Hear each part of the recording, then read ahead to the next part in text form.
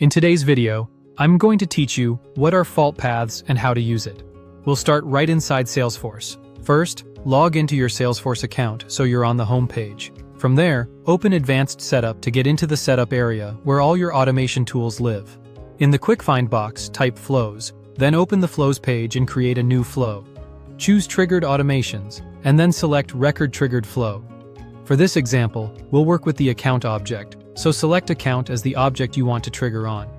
This sets up a flow that runs automatically when account records meet your trigger conditions. On the canvas, click the plus icon to add your first element and choose Create Records. Give this element a clear descriptive label. Salesforce will automatically fill in the API name based on your label to keep things consistent. When you configure the fields, select the option to use values from the triggering record and choose the triggering account.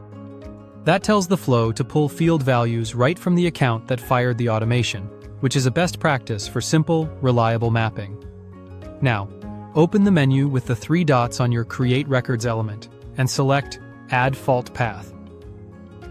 A fault path is Salesforce Flow's built-in error handling route.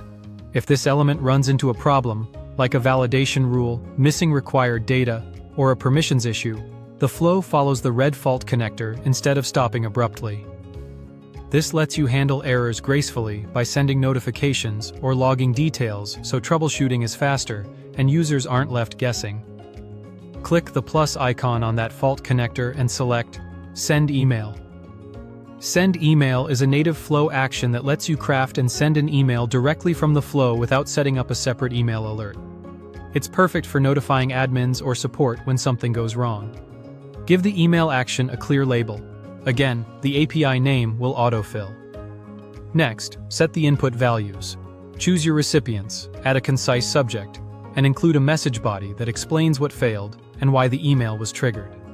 It helps to reference the account and the action the flow attempted, so the right person can jump in quickly. Type your message content, then click Save to store the email action. Finally, save the overall flow with a meaningful label. The API name will be auto-generated, and click Save one more time to confirm. That's it. Your flow now includes a fault path that captures failures and notifies the right people fast.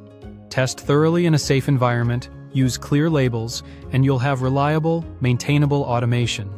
If you found this helpful, subscribe for more.